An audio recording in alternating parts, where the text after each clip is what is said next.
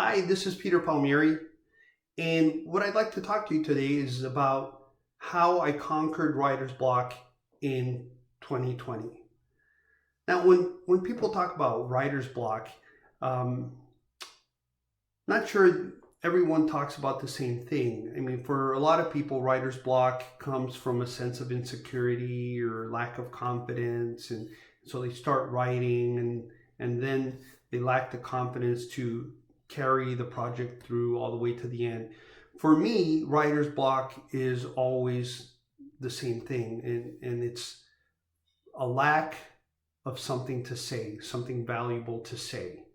Um, if I don't have something to say, then how am I going to write about it? So that's a problem I have.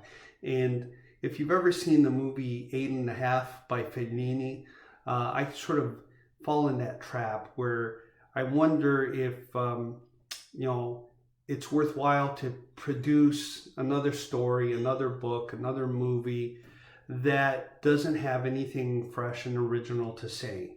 And if I don't have something fresh and original to say, I just can't write. So let's start my story on December 31st, 2019. It's New Year's Eve. We're about to welcome in the year 2020.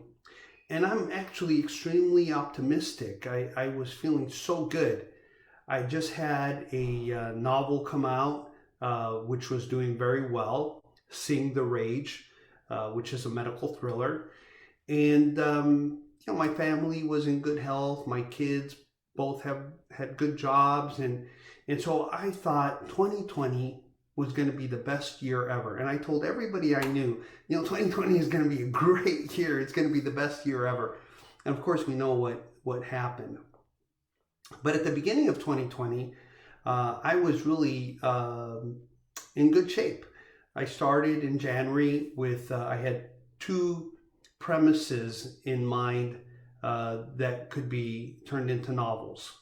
And so I started outlining both of them because they were different subjects, and I was able to sort of jot down outlines for both of them. Now, one of the novels was a historical fiction about the Black Death, and the other novel was about an epidemiologist who uncovered a worldwide conspiracy and was successful in blocking a global pandemic.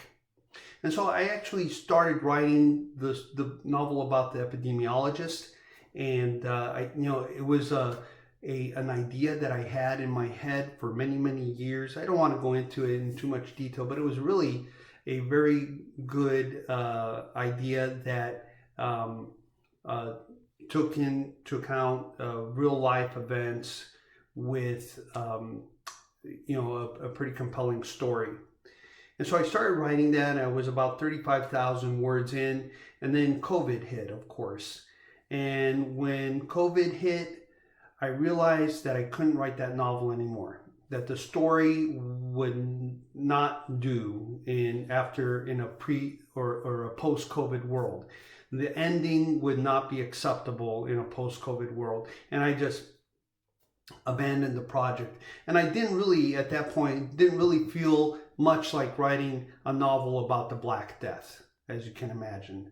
And so I just stopped writing, and I thought, well, I'm kind of done for a while. I don't feel like writing. I don't have anything fresh, novel, original to say.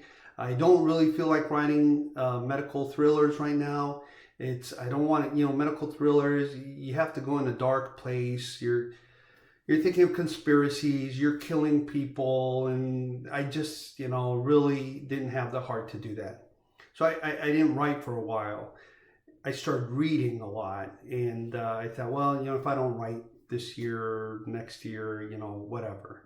And then I got a solicitation for this anthology of ghost stories. They were looking for ghost stories, short stories about ghosts for an anthology.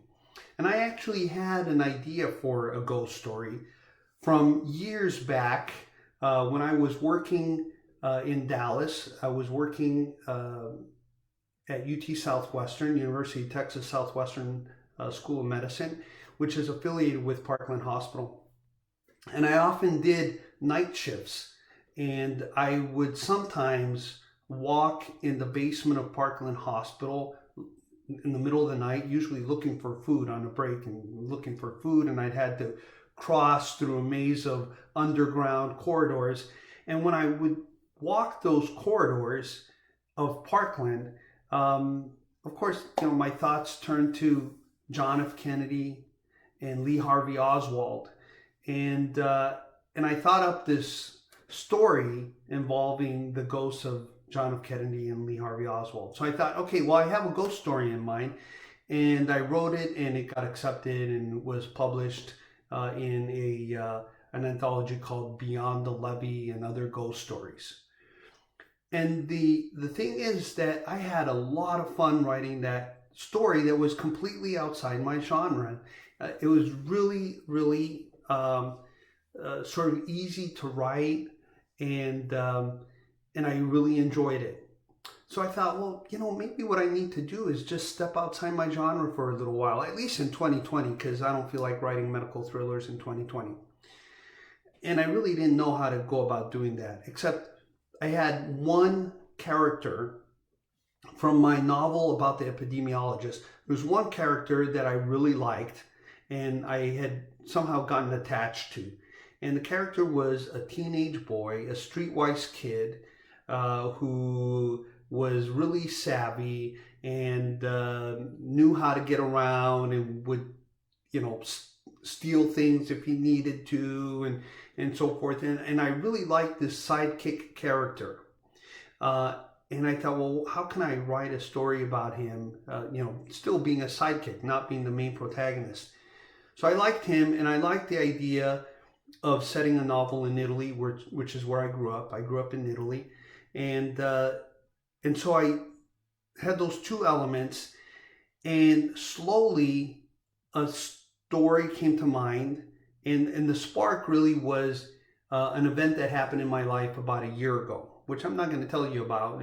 You can read the book, you can read the novel and try to figure it out. So I had this life event, a sidekick character, and a setting. And I thought, well, what can I do with this? And I decided to write a romantic comedy. And I finished it. It's going to be available soon, I hope. And it was the easiest thing that I ever wrote, the easiest novel I ever wrote. It just flowed. I think I finished the first draft in less than 3 months, which is a record for me. It's about 63,000 words, so it's shorter than my medical thrillers, but it's the right length for a romantic comedy. And it was really an eye-opening experience. So how did I conquer writer's block? Well, I conquered it by completely stepping out of my genre. And I think that's something, if you're struggling with, with what you're writing. Again, for me, the main source of writer's block is that I just don't know what to say. And sometimes you just have to step into a completely different setting and write a story that you would not normally write. So consider that. If you're struggling and you don't think it's an issue of confidence or writing skill, consider writing something that you would never have considered writing before. If you're a romance novelist, write a thriller. If you're a thriller author, write a romance or whatnot. It helped me a tremendous amount. And in fact, now I have a premise to write another romantic comedy. So I don't know, maybe I'll stick to romantic comedies again for a little while, and then we'll see if I go back to writing thrillers.